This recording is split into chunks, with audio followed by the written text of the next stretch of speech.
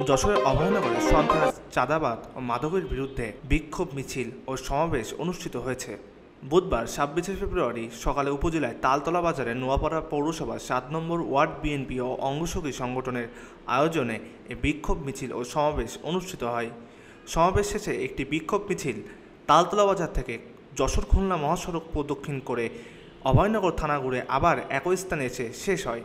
এ সময় সংক্ষিপ্ত সমাবেশে বক্তব্য রাখেন অভয়নগর থানা বিএনপির যুগ্ম সাধারণ সম্পাদক মনিরুজ্জামান ফারাজি। আরও বক্তব্য রাখেন ৭ নম্বর ওয়ার্ড বিএনপির সভাপতি বুলবুল হাসান ফারাজি।